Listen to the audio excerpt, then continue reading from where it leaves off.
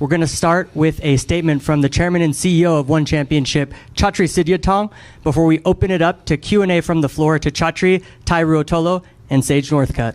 Chatri. I just want to thank the fans all over the States. You're really, so full of gratitude and appreciation.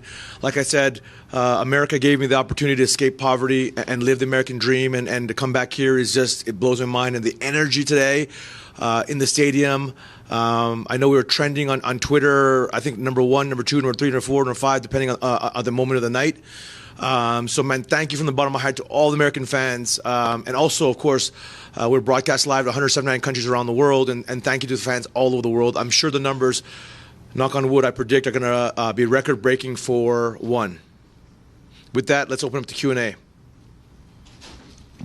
Hey, Chatri. Great show. I just want to start by asking about Rodtang. Incredible star, not star making, but star extending performance. But he says he wants Jonathan Haggerty next at bantamweight.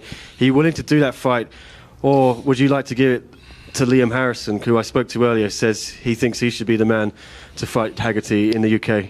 I haven't thought that far. I know everybody wants to fight Haggerty. Nongo wants to fight Haggerty. Liam wants to fight Haggerty, and now Rodtang wants to fight Haggerty. So I need to sit down with my team and figure out what's the best. But I mean, all those are incredible fights, so I don't see it having to be. I don't think it has to be either or. I think we can do all of those fights. It's just going to be a series of fights, yeah. But I don't know who's going to be first and all that stuff. And obviously, those 4 names are the greatest strikers on the planet, pound for pound, and there's no ifs, ands, or buts. And all those fights, I think, are going to end in KOs. So it's just it's going to be electrifying for the fans. There was a huge shock on a night full of incredible finishes, but I think the most shocking was Kadestam, knocking out Roberto Soldic. Where does that leave Soldic? He came in to ONE Championship with a lot of hype. I know there was a big push behind him, but it's going to be tough for him to bounce back from that. Yeah, I hope. I hadn't talked to the doctors, and I hope Soldic is doing well. I think he's at the hospital now, but everyone has an off night. I don't want to say one thing or another. Everyone has an off night. Kadestam was a beast. I mean, he took so many hard shots, and he came out. So you got to give props. I mean, Kadestam did a phenomenal job. All right, I just had one more for you, Chatri. Ong Lan Sang, I spoke to him after the fight. He says his contract's coming up with ONE. Are you happy to extend him? What's going on there? I love Ong La. It's been a great partnership. So I think my team will sit down with him and figure things out. Next question. Hey, Chatri, mixedmartialarts.com. Cody Merrill here. So you talked about the fans. You said it was a fantastic night here in Denver. What does the future hold for ONE Championship in the U.S.? Maybe a bigger arena, maybe getting more fans? Yeah, I'm kicking myself because, my team was saying, yeah, let's do a 15,000, 20,000 seater, and I was like, nah, our brand is just nascent in the States. I honestly had no idea that we had a fan base in the States because we've only been, on Amazon Prime once a month. So I'm sitting down, the Amazon leadership team was here. We're sitting down tomorrow morning at 10 a.m., to figure out ways to really deepen, broaden, and expand the partnership. I'm sure the numbers are going to be record high for Amazon, but they're very, very happy with our numbers since we launched. So it's mind-blowing to me that we have so many fans. The fans were rabid. It was clear in the stadium that the fans had been following our athletes, like they knew the story. It wasn't this new timers, let me just check out ONE Championship. It was like hardcore, rabid fans. I mean, I was shocked, and yeah. So I think you will see. I mean, we already have huge plans for the U.S. I'm not ready to break the news now, but we have huge plans for the U.S. We want to sit down, obviously, with Amazon and make sure it's aligned with what they want and go from there. But I think you're going to see many more shows on ground, possibly this year or next year. I mean, for sure next year, possibly this year. Is there any possibility that maybe you bring the ONE Friday night fights over here? Anything is possible, 100%. Anything is possible right now. I mean, I think this event was an overwhelming success. Again, look at the viewership metrics. Just look at the trending social metrics. Looking at the stadium, the fact that we sold out several weeks in advance. I think when we put up the ticket link when we first announced the event, within 10 days we were 70% sold out with zero marketing. So there's a clear rabid fan base for and our brand and our product, the home of martial arts, is really resonating with American fans. And it's something totally new, totally different from anything that exists in the market, and it's completely unique anywhere in the world. So I think there's a huge opportunity here. Chatri, is that something you'd be interested in making happen? Definitely, and Marigali has accepted already, so it's something we've been planning. So. And obviously he's red hot, one of the best grapplers in the world. But Ty's ambition is to be the future GOAT, and I think he has all the right tools, all the right athletic, natural abilities, and the excitement factor. I mean, he comes to finish. It's just unfortunate that today things didn't work out in terms of. What we try to do with a submission grappling product is get two people who want to finish. When you get that kind of mindset and two grapplers who are very aggressive and want to finish, instead of one person playing defense. You see, if you want to stall, and that's too harsh of a word, but if you just want to counter and do it like anti-jiu-jitsu, it doesn't matter how great your opponent. It doesn't matter how you're great. You could be the world's best grappler, but if you're up against a guy who reasonably knows how to just stall and anti-jiu-jitsu, it's very hard to get anything going. So that was my disappointment of today's match, just to be very frank. Yeah, and one more for you, if I may. You've talked a bit about the atmosphere in here tonight, the appetite of the fans for ONE Championship. But could you talk specifically about the reception that Rodtang and Stamp got? They came a long way from Thailand. We know they're famous over there, but I don't know if you heard, Rodtang came out during Mighty Mess's fight, and they were chanting his name in the middle of Mighty Mess's fight. They looked like they were ready to pull him into the crowd. I mean, what did you think of the reaction these two Thais got? Here's the thing. The home of martial arts, people, and it used to irk me when I used to live here, that people are like, this guy is the greatest striker in the world. And I'm like, I don't want to name names, but there are folks in other organizations that were called the greatest striker in the world, and it's just not true. You want to see elite level. You saw Rodtang. I don't know if everyone caught it. The first round, he caught the guy. Every time he caught the push kick, the guy would do a spinning elbow. So on that third one, he blocked and countered with an elbow, right in the guy. And that is technical mastery at the highest levels. Nobody in any organization, American organization, can do that. That is literally, you have to have 350 fights, professional fights, to be able to have that kind of intuition, that kind of timing. And again, I can't wait to showcase our entire striking roster, truly the best on the planet. Just like our grappling roster is the best on the planet. Just like our MMA product is the best on the planet. And I believe it. I'm not, there's a lot of, how can I say, Twitter hype in America, and so a lot gets lost about how good is somebody. I don't want to name names and throw anyone under the bus, but there are athletes that if you talk behind closed doors with any of the top athletes of any organization, say, that guy's the biggest star, is he really good? But if you talk to casual, they'll be like, yeah, that guy's amazing. But it's because he has a good mouth. Doesn't mean it's good. So here we're much more purists. I'm a lifelong martial artist. I literally handpick everyone. When we're going after the Ruotolo brothers, I literally said that's who's going to represent Jiu-Jitsu, and it's going to blow up all over the world. When we recruited Sage, same thing. I felt like he could be the first true global superstar that was like a superhero, like a good guy, like a Superman. I could see him blowing up in China and Japan and etc. So yeah. Thanks, guys, and congrats to all of you. Emily May with Sportskeeda. Chatri, my question is for you. What was your proudest moment of the night, and is there someone in particular that you were very proud of their performance tonight? That's. I think I have to say Sage, because that comeback story. The fans didn't get to see what he really went through. I after he got knocked out, I went to the hospital, and I was like, man, this is going to take a long time. And then, at one point, he called me and said, Chatri, I'm gonna hang it up. And when he tried to come back, he had a nerve still, And so I went up to Mark, his father, and I was like very emotional. I mean,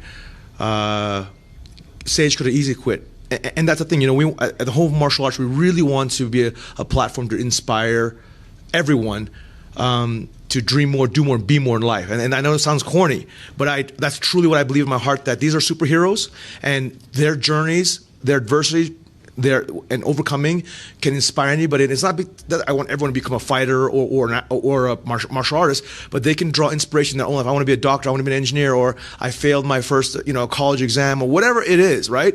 And that's why I'm also very proud that we announced the Buddies Over Bullies.org program in conjunction with Tom DeBlas. It's like, you look around the whole world, and especially you see in the States, young kids committing suicide and stuff like that. It's just crazy, 10 years old. And, social media has done a lot of harm, right? I mean, there's a lot of good of social media, but there is some harm.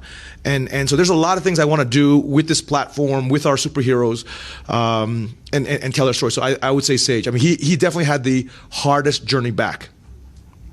Did either of these athletes surprise you tonight? No, I mean, again, like, these are the very, very best in the world. I mean, I genuinely believe that Mikey right now is the pound for pound greatest on the planet, technically speaking. Okay, I'm not talking about rhetoric and marketing and all trash talk. I'm talking about, if you look at his jiu-jitsu, and we had jiu-jitsu royalty in the stadium today. We had Roger Gracie, Marcus Buchecha, we had Eddie Bravo, we had literally the royalty, and everyone thinks Mikey is literally the GOAT on the planet. He's the greatest in terms of, if you look at pure jiu-jitsu, the technical ability. I don't know, I counted like almost 30 attempts, submission attempts, and all Osama could do was defend. The only thing that I would say about Mikey is he probably shouldn't have spent so much time on the leg locks. He should have gone top position faster. That's just small critique, And for Stamp, I was very impressed with Elise. Elise was very game, and she wasn't afraid of Stamp, and she got at it. So you got to give a huge props. Elise was a very tough opponent, but of course, Stamp is a Muay Thai world champion and a kickboxing world champion. So if the longer you stand with Stamp, the chances of you getting knocked out are only increase. About the values of ONE Championship and what ONE Championship stands for. You have two athletes up here who really represent the brand. Just talk about how proud you are of their performances tonight. Man, I'm so inspired by them. If you look at their life journeys, Stamp was dirt poor. I mean, like, living on less than $1 a day. When she was a child, got bullied, picked up Muay Thai, and in Thailand, girls don't do Muay Thai. So she really bucked the trend. They weren't even allowed, by the way, in Thailand until recently, women were not even allowed to compete in the major stadiums like Lumpini and Ratchanan. And literally only in the recent, because of ONE Championship promoting Stamp, and she became a superstar, that the walls for women broke down in Thailand. And then you look at Mikey, he's a kid who's been super nerd his whole life. It's the truth. He's a wonderful, as I mentioned, sweetheart with a heart of gold. But he didn't have the easiest childhood, and he suffers depression from all his life. And so anyone who's suffering depression, if Mikey can do it, you can do it. Anyone who's a girl, in impossible odds, you look at Stamp Fairtex. So for me, again, I know it sounds corny, but this is from truly from the bottom of my heart. It's like, I built this platform and the hashtag We Are One because I really want to inspire humanity to dream more, do more, be more with our superheroes. So this transcends much more than martial arts. Yes, they are the two best in the world. There's no question about it. These are the best of the best. But what they represent for humanity. I'll tell you, if parents all across the States, all across the world their kids put up posters of Mikey or Stamp, the parents are like, great, those are great role models. Not because they want their kids to become fighters, but because, hey, you want to be a doctor? You got to overcome adversity like Mikey did. You want to become, a CEO in the future? You got to do what Stamp did, and take risks and sacrifice for a dream. These are the much more powerful messages that I want to spread throughout the world. This one just came to me, Chatri, and I hope I'm not stirring the pot too much here, but ONE Championship is brand new to North America. There are plenty of other combat sports promotions on this side of the world that are, I would say, much more established just because they've had more time. Do you think the CEOs, the decision makers at these promotions were watching this card tonight? And if so, what do you think they thought? What are they thinking right now that you've made this debut? 100% they're all watching. I mean, there's no ifs, ands, or buts. But I just don't see them as competition genuinely.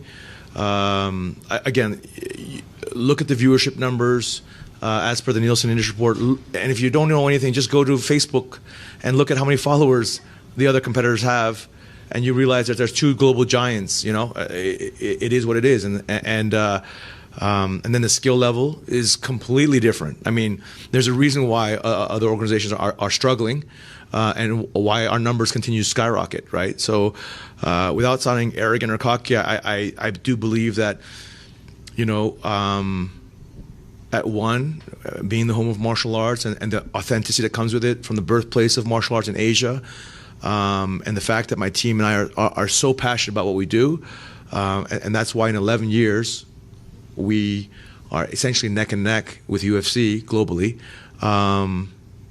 you know, although they had a 20-year head start on us. And then just in terms of breaking new ground in new countries, you know, Edgar Tabarez had a great, you know, response from the Mexican fans here in Denver all week. We've been talking about Jonathan Haggerty and Liam Harrison potentially fighting in the UK. Are there any other countries that are sort of on your radar for debuts for ONE Championship?